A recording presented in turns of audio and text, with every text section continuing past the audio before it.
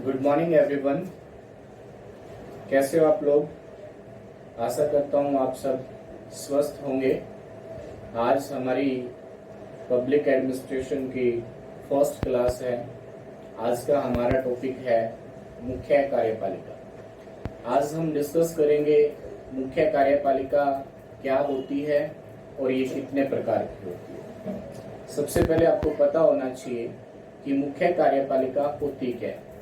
देखिए, अभी तक अपने पिछली कक्षाओं में पढ़ा है जो सरकार है उसके 3 अंग होते हैं: कार्यपालिका, विधानपालिका और न्यायपालिका। आपने जाना न्यायपालिका का काम होता है लोगों को न्याय प्रदान करना, विधानपालिका का काम होता है कानूनों का निर्माण करना और कार्यपालिका का काम होता है विधानपालिका के द्वारा बनाए गए कानूनों को लागू करना। अगर इस आधार पर हम देखें तो कार्यपालिका का अर्थ हुआ सरकार का वो अंग जो विधानपालिका के द्वारा बनाए गए कानूनों को लागू करने का काम करता है, उसको हम कार्यपालिका कहते हैं। अगर हम संकुचित अर्थों में देखें, कार्यपालिका में राष्ट्रपति, उपराष्ट्रपति,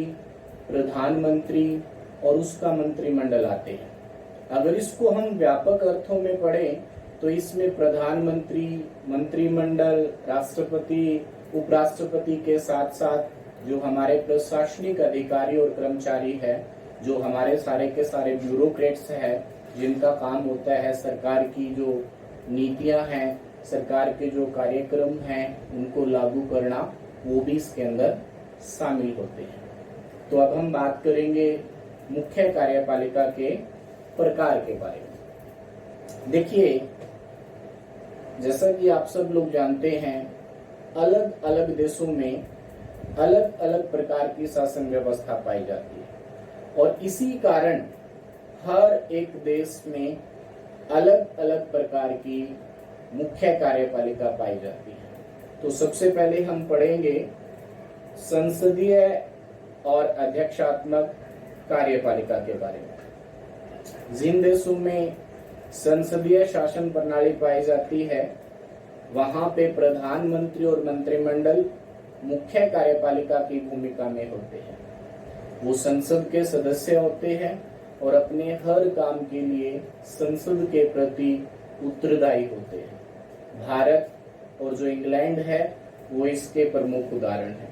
अगर हम बात करें अध्यक्षीय शासन प्रणाली की, जो अध्यक्षीय शासन प्रणाली होती है उसमें राष्ट्रपति देश का मुख्य कार्यपालक होता है।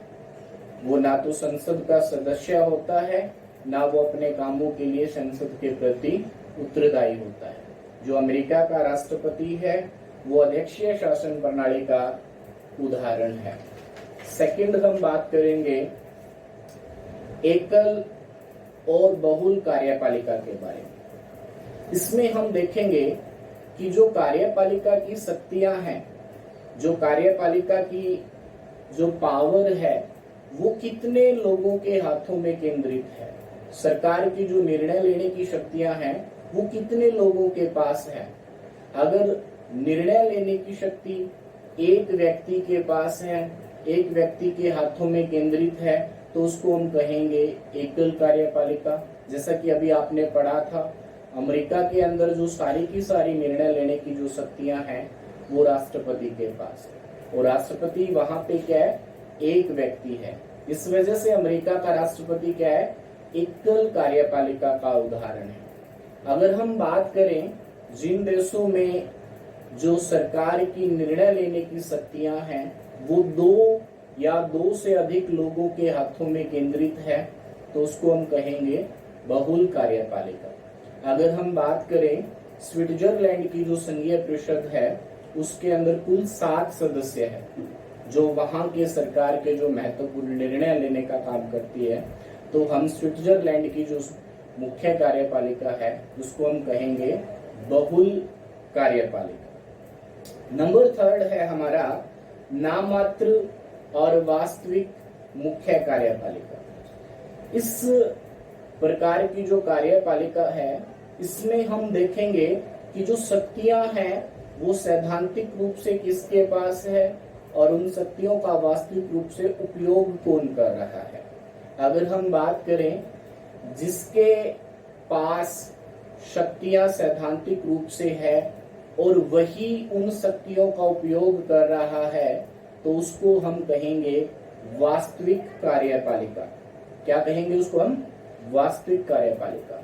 अगर शक्तियां सैद्धांतिक रूप से तो किसी और व्यक्ति के पास है, लेकिन उन शक्तियों का व्यवहारिक रूप से उपयोग कोई और व्यक्ति कर रहा है, तो ऐसी कार्यपालिका जिसके पास केवल सैद्धांतिक रूप से शक्तियां हैं लेकिन व्यवहारिक तौर पे उन शक्तियों का उपयोग कोई और कर रहा है, तो इस कार्यपालिका को हम कहेंगे नामात्र कार्यपालिका। जैसे हम बात करें भारत का जो राष्ट्रपति है वो केवल एक नामात्र का मुखिया है, उसको केवल सैद्धांतिक रूप से शक्तियां भारतीय संविधान के द्वारा दी गई है, लेकिन उन शक्तियों का वास्तविक रूप से उपयोग भारत के प्रधानमंत्री और उसके मंत्रिमंडल के द्वारा किया जाता है। तो इस प्रकार अगर हम बात करें, जो भारत का राष्ट्रपति है वो नामात्र कार्यपालिका हुआ और जो प्रधानमंत्री और मंत्रिमंडल है वो वास्तविक कार्यपालिका हुआ। इसके बाद हम बात करेंगे पैतृक और निर्वाचित कार्यपालिका के बारे में। पैतृक और निर्वाचित कार्यपालिका के बारे में हमने देखना है कि जो व्यक्ति मुख्य कार्यपालिका के पद पर बैठा है उसका चुनाव हुआ है या उस व्यक्ति को वो पद उत्तराधिकार के रूप में मिला है। अगर कोई व्यक्ति मुख्य कार्यपालिका के पद पर उत्तराधिकार के रूप में उसने वो जो पद है उसने वो उत्तराधिकार के रूप में प्राप्त किया है, तो उसको हम कहेंगे पैतृक कार्यपालिका। जैसे पहले होता था, एक राजा था, फिर उसके बाद उसका बेटा राजा बनता था, उसके बाद फिर उसका बेटा राजा बनता था।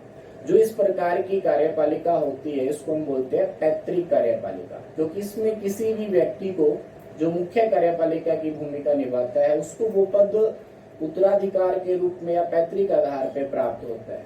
लेकिन निर्वाचित कार्यपालिका के अंदर क्या होता है, जो मुख्य कार्यपालिका पद है वो चुनाव के माध्यम से मिलता है। इसमें मुख्य कार्यपालिका का चुनाव या तो जनता करती है या जनता के द्वारा चुने गए प्रतिनिधि करते हैं।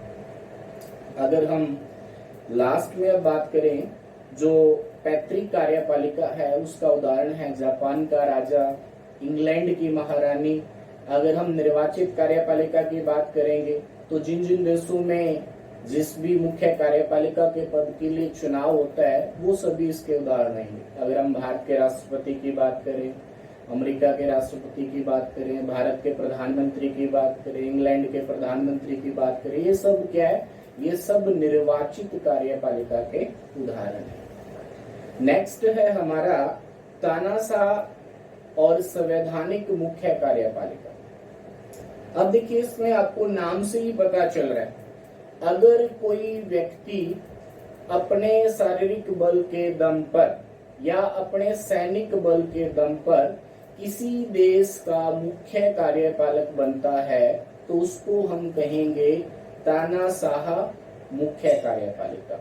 और बहुत सारे उदाहरण हैं हमारे सामने जो तानाशाह हुए हैं, जिन्होंने सैनिक शक्ति के बल पे, अपने शारीरिक बल के दम पे शासन किया है। जैसे जुल्फिकार अली भुट्टो, जनरल परवेज मुशर्रफ, मुसोलिनी, और सबसे ज्यादा जो नाम प्रसिद्ध है वो हिटलर, और एक अभी हमारा जो उत्तर कोरिया का शासक है जिसका नाम है किम जोंग। ये सब क्या है, तानाशाह कार्यपालिका के उदाहरण है। अगर हम संवैधानिक कार्यपालिका की बात करेंगे, अगर कोई व्यक्ति मुख्य कार्यपालिका के पद पर संवैधानिक नियमों का पालन करते हुए पहुंचता है, संवैधानिक प्रावधानों का पालन करते हुए पहुंचता है, उसको हम कहेंगे संवैधानिक कार्यपालिका। जैसे हम बात करें भारत के राष्ट्रपति की, अमेरिका के राष्ट्रपति की, ये जो लोग हैं ये मुख्य कार्यपालिका के पद पे उन देशों के संविधान के अंदर जो प्रावधान किए गए हैं उन सब का पालन करते हुए इस पद पर पहुंचते हैं, इसलिए इनको हम क्या कहेंगे, संवैधानिक कार्यपालिका कहेंगे। Thank you.